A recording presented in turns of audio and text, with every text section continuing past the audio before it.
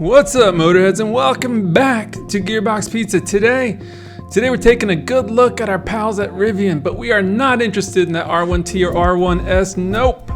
We're gonna dust off that crystal ball and take a sneak peek into the future of Rivian because there are some interesting and exciting things to discuss. So hang tight, fix yourself a sandwich, and treat yourself to a milkshake. Let's go. Okay, so you've heard a lot about Rivian lately. That's for good reason. I mean, say what you will, but this is Tesla's first really serious competitor. I mean, at least in the SUV world, right? They've been working hard for the last 10 years to get these two big fellas to the market, and check it out, we are just about there. We're actually here already. In fact, deliveries have started, which is cool, which is very cool. But it's gonna be a little while before you can, just run out and get one, right? But even if you could run out and get one of these guys right now, would you? I mean, look, they are pretty awesome, and there's no doubt about it, but there's a few drawbacks that I think we need to cover. And there's a number of new models just around the bend that's gonna take care of these so-called drawbacks. So first things first, these guys ain't exactly cheap. In fact, to buy either one of these fellas, you're most likely living in that $80,000 range, or if you want that big old battery, now you're in the $90,000 range. So yeah, look, that's a lot of cheddar for just about anybody who doesn't bounce a basketball for a living, right? All right, so cost aside, there's something I don't think most people quite know, and that's just how big these guys are. I mean, look, these are very much full size. These are full-figured trucks, man. In another video, we compared the R1S to the BMW X5 for reference, but as it turns out, that R1S, well, it's almost exactly the same size as the other German giant, that BMW X7.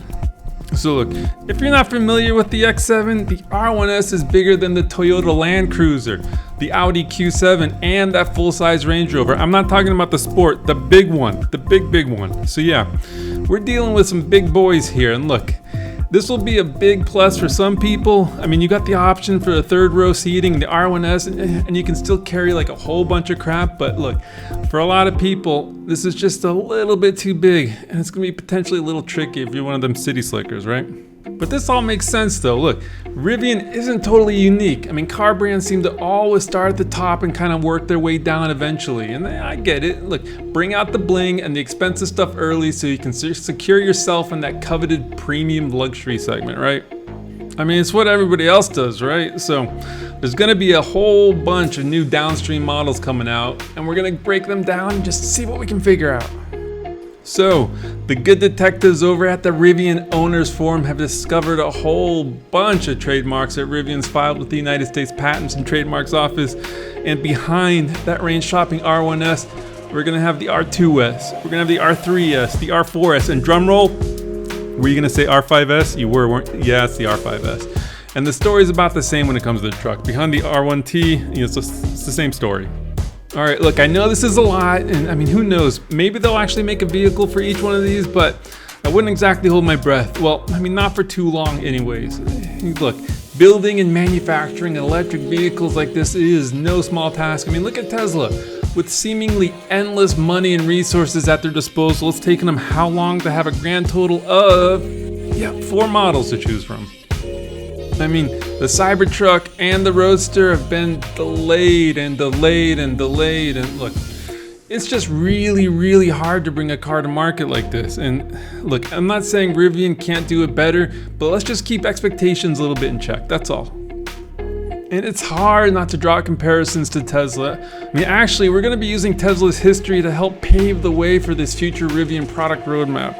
But yeah, personally, I'm glad RJ and the guys at Rivian are super ambitious. I mean, seriously, would you have it any other way? So before we start crunching the numbers and laying out that linear progression from the R1 all the way through the R5 models, there's sort of a special model that actually could be next up. There is very strong speculation about an R1x model, and get this, it is expected to be a crazy fast Land Rover Defender competitor. This fella is basically going to be built on the R1S platform, although it's going to be a little bit smaller than the R1S, and it's not going to be available with third row seating. Now, look, there's going to be some upgrades in the motor department though, and I'm speaking specifically about these carbon fiber sleeves. It's going to allow these motors to produce a combined, and get this, 1,200 horsepower and 1,200 pound-feet of torque. Yeah, I mean, you heard me right. A 1200 horsepower Land Rover Defender kind of thing, right? Crazy. I mean, is 1000 horsepower like the new 500 horsepower? Anyway, so we're expecting this to be like just the total range topper and come in well above $100,000. And when RJ, Rivian CEO, well, when he was asked point blank about the R1X, he looked a little surprised and shot back with a quote unquote, "Did I tell you about that?" So when might this be available? Well, and make no mistake about it, Rivian's focus in the short term is and should be about ramping up production on the R1S and the R1T. I mean, look, they got a lot of orders to fill, and scaling production like this never seems to be a smooth event. There's going to be problems, there's going to be more delays. If Tesla, who's been doing this at scale for a while, is still running into production scaling issues, I mean, I think it's only fair we cut Rivian just a little bit of slack. Anyhow, I could see the R1X being revealed sometime in late 2023 with deliveries starting maybe in like early 2025. So next up, we're talking about the R2 models. Yeah, so both the R2S and the R2T, they're gonna be smaller, they're gonna be more affordable than the range toppers for sure, and we're expecting these to be already well into development, and it really should be the next set of models to be produced. So these will be developed on a brand new separate platform from the R1s, and we're expecting R2s to have dual and tri-motor options with potentially a lower cost single motor option, which is kind of interesting. The only real bummer here is that with a maximum of 3 motors, I think that means that beloved tank turn is only going to be available on the R1 platform. Okay, so about the R2s. Obviously, there's very limited info out there, but I think we've got a pretty good idea about what this might be like. First up, it's going to be bigger than the Model Y, and we're expecting the R3s to be more Model Y size. But we're getting a little ahead of ourselves here. So to continue with the BMW sizing comparison, we're expecting the R2s to be similar in size to like the BMW X5 or even the Range Rover Sport, which for a lot of people, myself included, just kind of feels like that right size. It's that middle bowl of porridge, right? Cost-wise, I think the fast decked out one, I think we're looking at the high 60s, low 70s for that. And then moving down to just like the regular mid-range one, we're looking at low $60,000. And then single motor base version, I think it's gonna start in the low 50s. We're probably looking in the mid 50s, once you're all said and done. All right, horsepower wise, we're thinking the fast one's gonna come in about 600 to 700 horsepower, which is gonna be a super fun package, I'll tell you that much. And then that base single motor version, the entry level version, we're looking at about 350 horsepower. Also, these numbers should translate very evenly to the R2T. All right, moving on to the R3s. Now we're looking at Model Y size or so, and similar to the BMW X3 for the R3S, for the R3T, think like Ford Ranger or so, right? Now it's possible the R2s and the R3s will share a platform, but we really suspect the R3s will kind of stand on their own. Look, these may end up being ultimately like their best selling models, so there's going to be a lot riding on these guys, so expect some potentially interesting options to help differentiate these guys from their competitors. So like the R2s, we're anticipating 3 motor options. The top trim tri-motor version, that's going to come in at about $60,000 and produce about 600 horsepower, while the entry-level single motor version, yep, we're looking at about 300 horsepower and a starting price in like the low 40s maybe.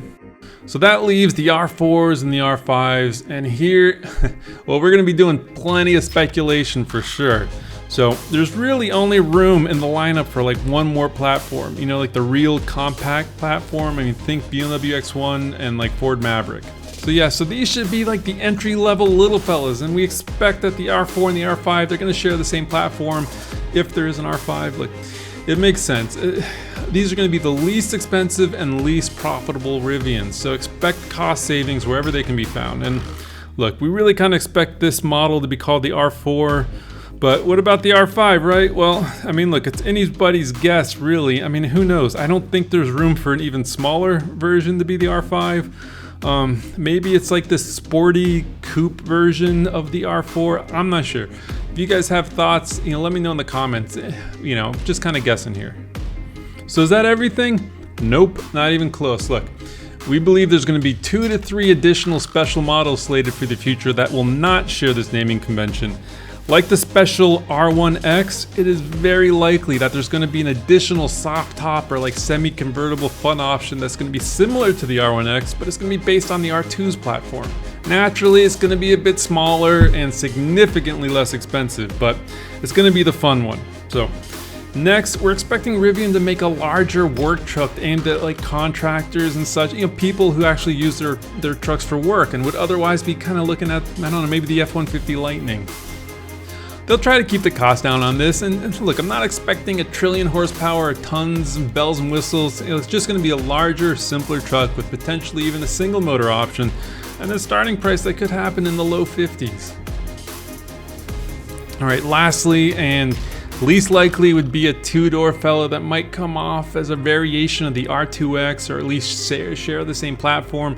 Really not sure, and to be honest, it's not a segment that sees a whole lot of sales, but there's still a market for a two-door premium SUV, and I just don't think Rivian's going to concede. All right, so that's kind of that. And look, it's an ambitious plan, but if anybody can pull it off, we think Rivian can. So that's it. Look, do me a favor, toss a sub my way. Would really appreciate it. Guys, we'll see you on the next one.